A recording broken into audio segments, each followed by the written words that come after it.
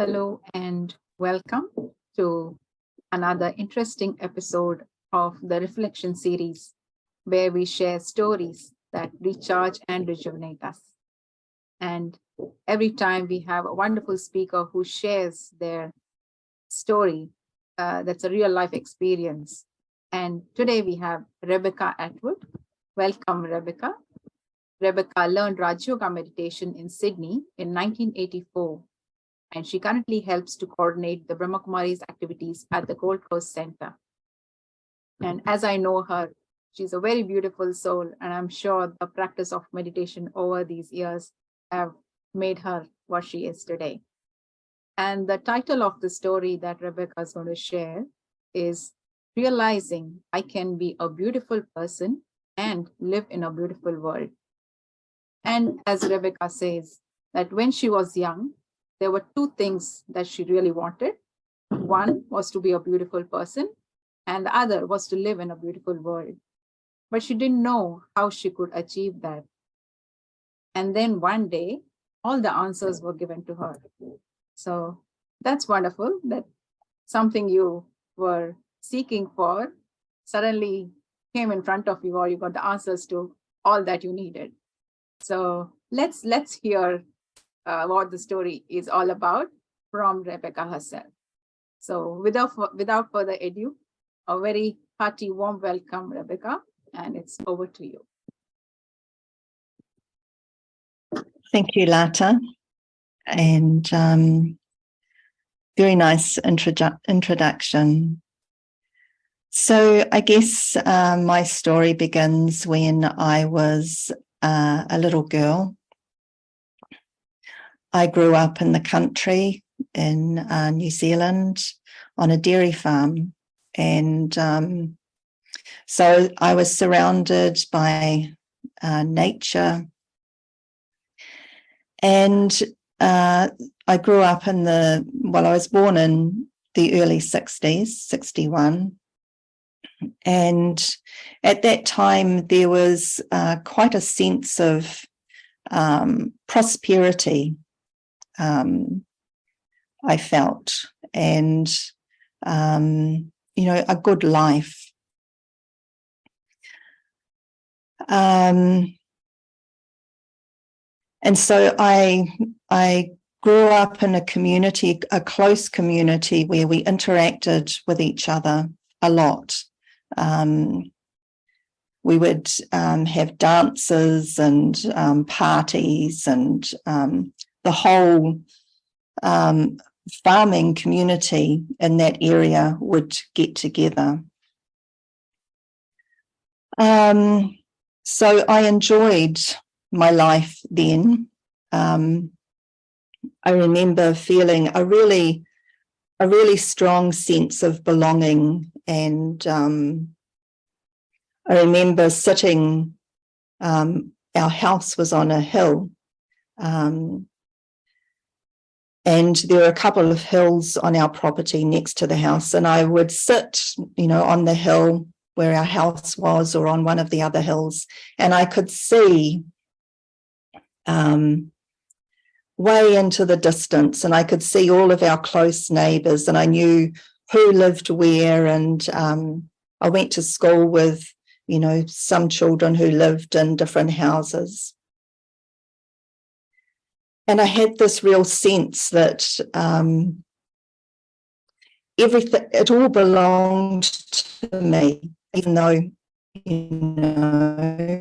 different people's properties, but we could go anywhere, we could walk anywhere, we could go onto other people's properties at that time without any worries, as long as we, shut the gates and were careful. And as I grew up, when I was young, my mother would usually have the radio on in the mornings, and I remember I was quite affected by the movements of those times, the movements of young people. So there was the hippie movement, There was the women's movement. There was the movement against racial discrimination. So all of these movements of young people against oppression, against violence, against war, discrimination and hatred and corruption. And as a young girl, I was picking up these ideas from, I guess, the news and also the music at that time. And I remember hearing a song and loving this song whenever it came on. What the world needs now is love, sweet love. That's what there is too little of. And in this particular rendition of the song, there was a voiceover of one of the commentators when John F. Kennedy was assassinated. And he came in and you could hear him saying the president has been shot, and you could hear all of this kerfuffle behind him because it was so shocking and such a shock to everyone. And so this song really spoke to the contrast in the world in the world I was growing up in. You know, there was this hope and this movement for love, peace, and non-violence, and yet there was on the other hand all of this hatred and violence and sorrow. And as you were saying, you know, there were two things that I really wanted in my life, was to be a beautiful person and to live in a beautiful world. And time went on. I, grew up.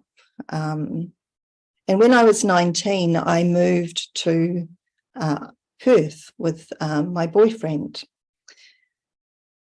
We had worked and saved, and we were going to travel the world. So we came to Australia to work and travel around.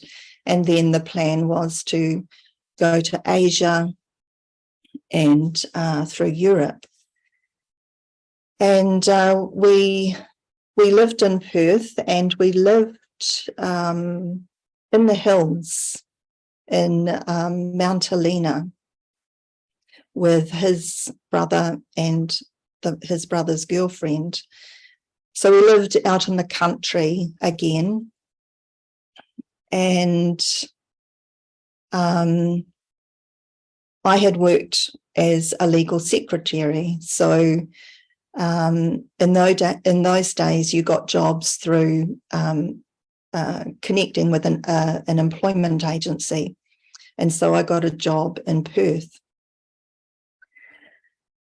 And this was a good, probably 2 hours journey for me into Perth and out of Perth every day. And I absolutely hated it. Because here we were living in this idyllic country, little cottage, living this kind of hippie lifestyle with a big veggie garden and music and all of that.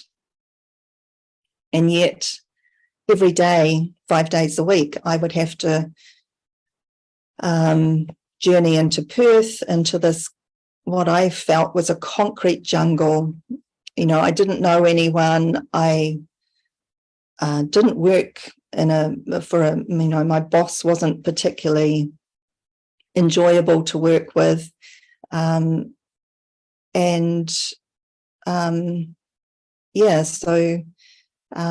that was another contrast to me. And I remember writing to my grandparents. I would write to my family just to let them know how I was getting on. And I wrote to my grandparents and I was complaining about this. and how, the world's just awful, and the cities are like a concrete jungle and blah, blah. And thinking that they would sympathize with me, and I got a letter back from my grandfather, and I didn't usually get letters from my grandfather. It was usually my grandmother, and he put me in my place. Really, he said, well, if you don't like the world as it is, then you should change it.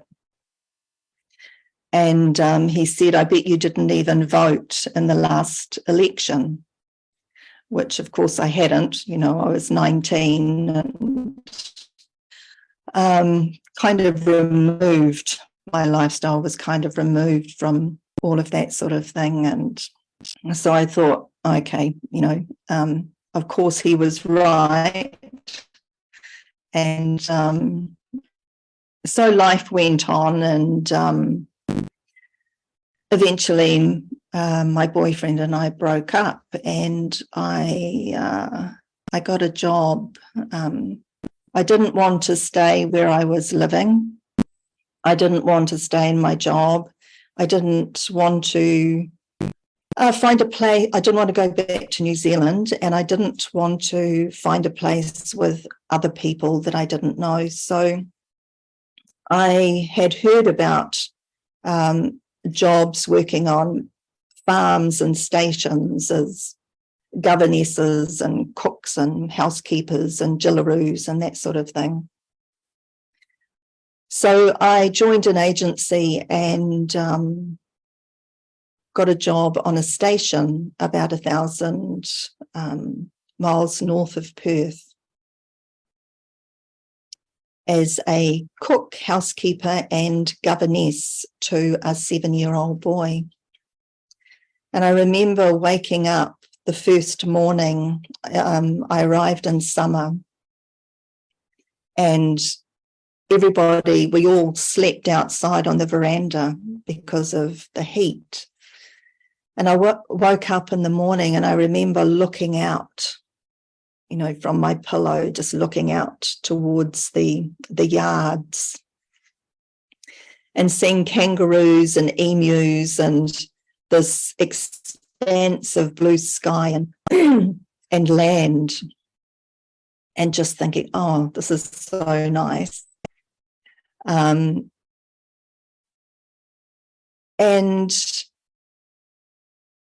I really loved being there because I felt such a sense of freedom, and it was really, the kind of place where I felt comfortable being with nature, being in the wide open spaces.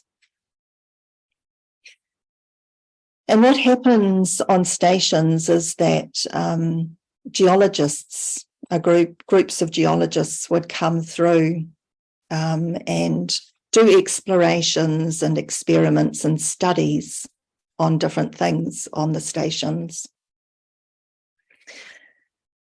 And one group of geologists came through, and we would socialise with them, maybe once or twice a week for the time that they were there.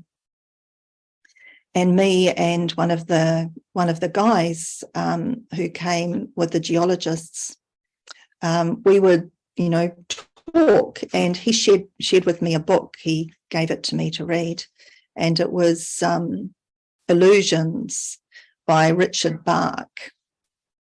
And I couldn't put this book down.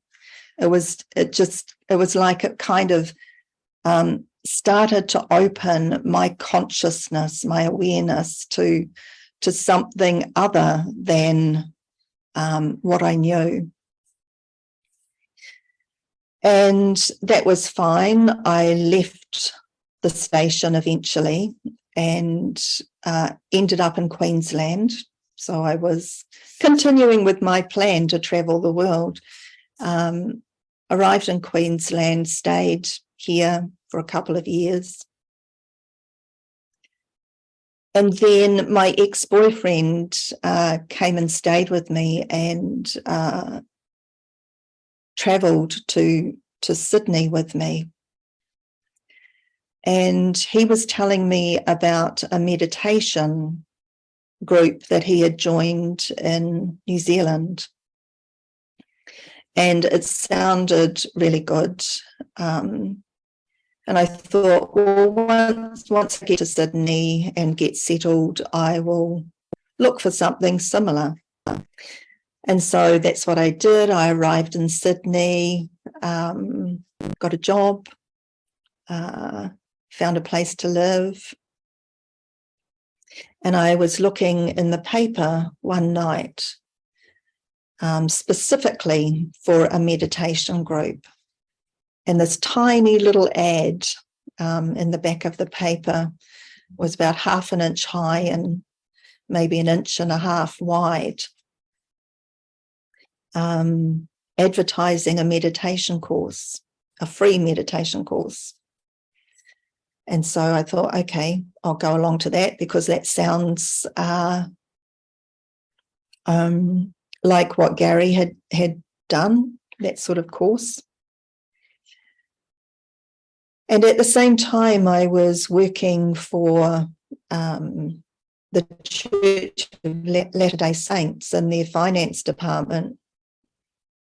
And in my lunchtimes, I would go across the highway to a big shopping centre and walk around there and have my lunch.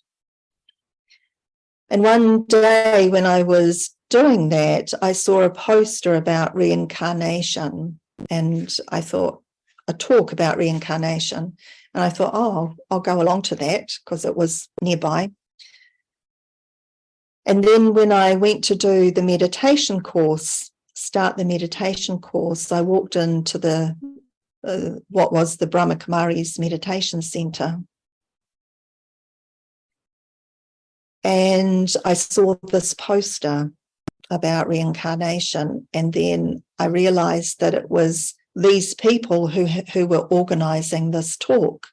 So it was a coincidence that I'd found the ad for the meditation course and also seen this poster to go along to this talk.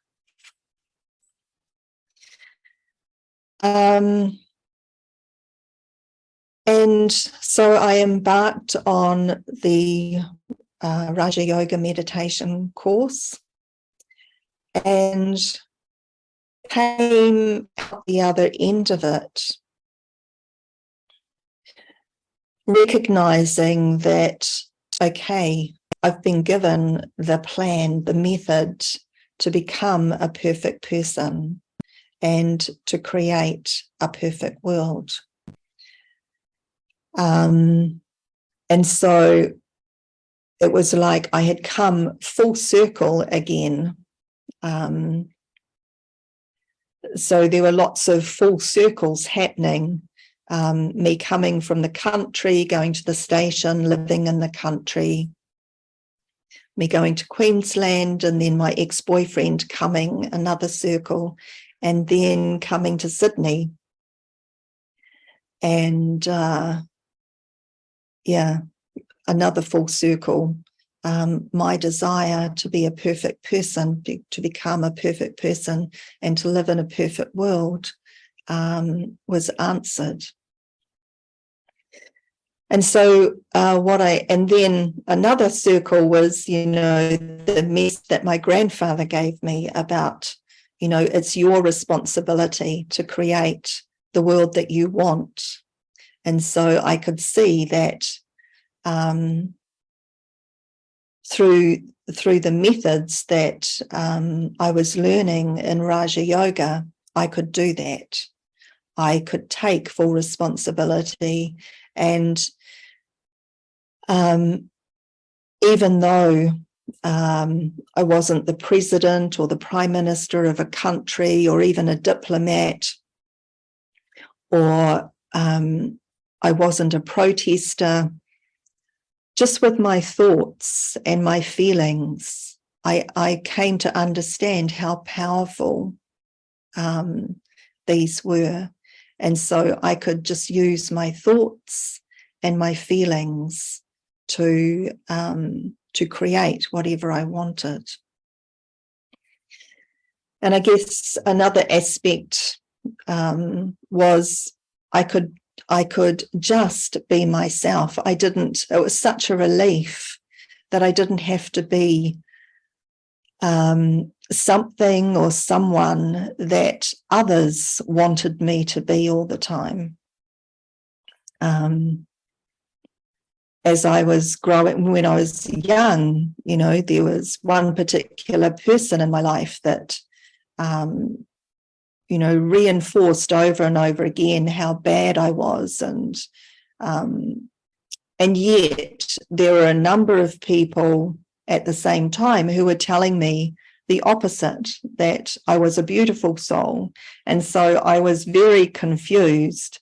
And even though there were a number of people telling me I was a beautiful soul, I leant towards the one person who was telling me the opposite. And so that's really, how I felt about myself as I was growing up. And I guess that's why I wanted to be a perfect person, to be a beautiful person, because the opposite was how I felt about myself. And so, so that's my story. Beautiful, very beautiful. And one thing that you just shared, that it's our thoughts which are the most powerful in a way. And if you want to become a beautiful person or want to create a beautiful world, you can just create, starting with your thoughts, and then it kind of manifests. So you need not have a particular role, or you need not be someone whom someone else wants you to be. That's really powerful. Mm. And I'm sure, like everyone else, like anyone else who has this thought, and I'm sure many may have this desire to become a beautiful person, but don't know what to do, how to start, where to start. And so maybe Rebecca has given a beautiful answer to that question today. It's with your thoughts that we can start that journey. Yeah. And just realizing, what I learned was that our original state of being is beautiful. And, it just gets covered up with feelings of not being beautiful, not being perfect. But, learning that really I am. And, so that was a really powerful message for me. Wonderful. Thank you. Thank you for sharing that story, Rebecca. It was really beautiful. And as we know that you've been practicing meditation for such a long time, so many decades actually, we would like to request you to lead our viewers into a meditation experience through a commentary as well, if that's okay. So sure. We can also have a glimpse of a few beautiful moments. Thank you. Okay. Thank you.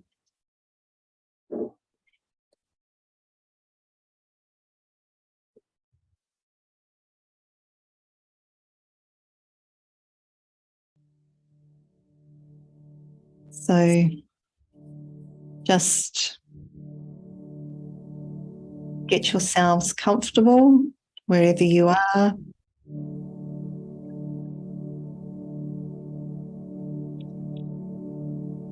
Just taking some deep breaths to relax the body.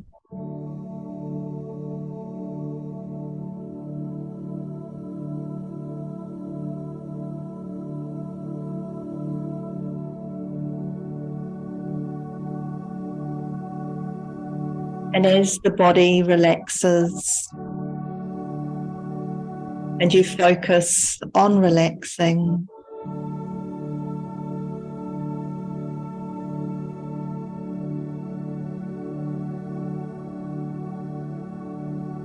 Just become aware of how your mind is relaxing. Your thoughts are slowing down.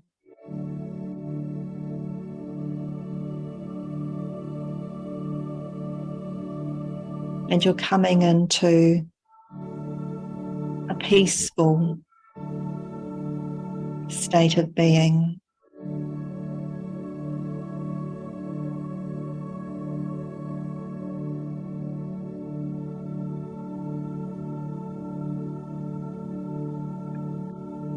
Now, for a few moments, just step away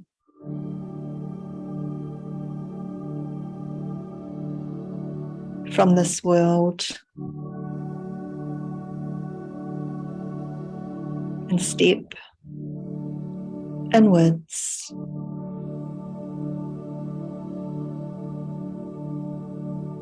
Reconnect with yourself.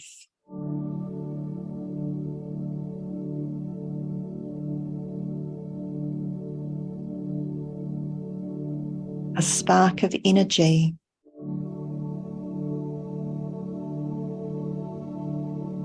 light, spiritual energy that sits behind your eyes, behind your forehead.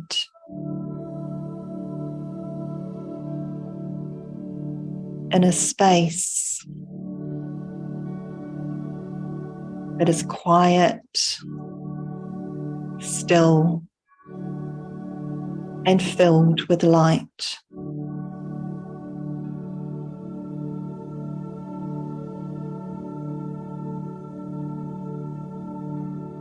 And as you reconnect with yourself,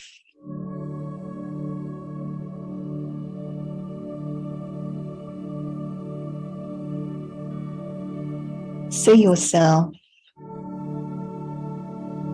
as a beautiful spiritual being of light.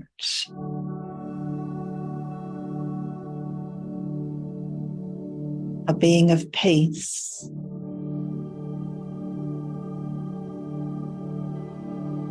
Of love.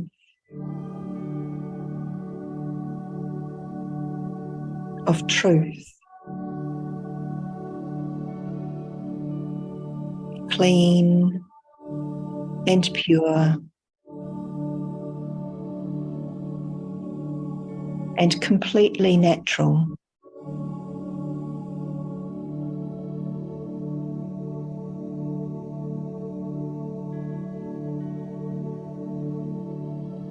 Away from anyone else's thoughts about who you are and what you are.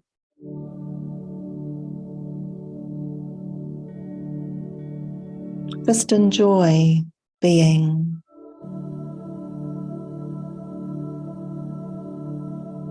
Your beautiful self.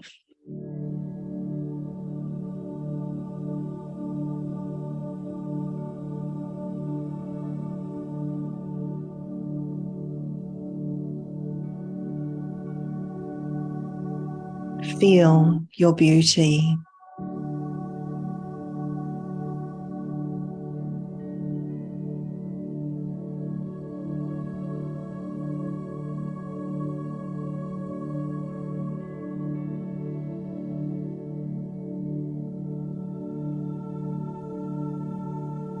And be aware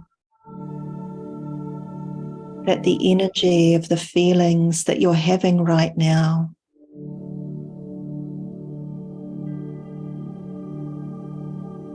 is shining into the world.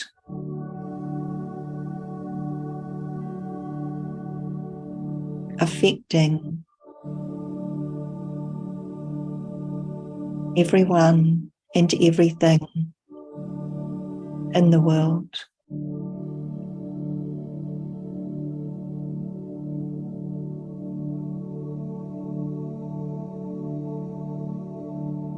Adding value to the world.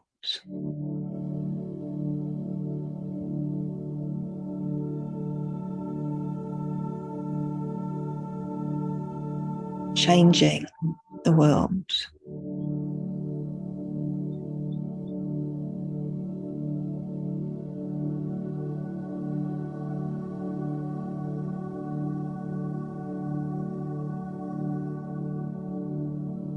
And just allow yourself to come back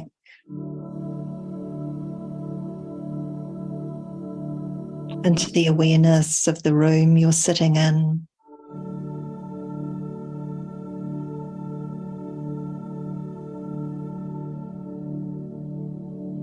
Take a deep breath in.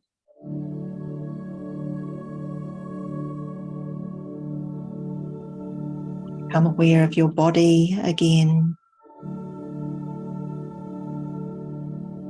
And notice how beautiful you feel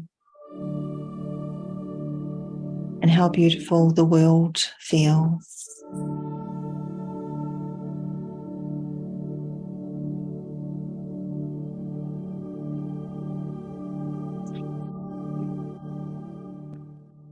Om Shanti.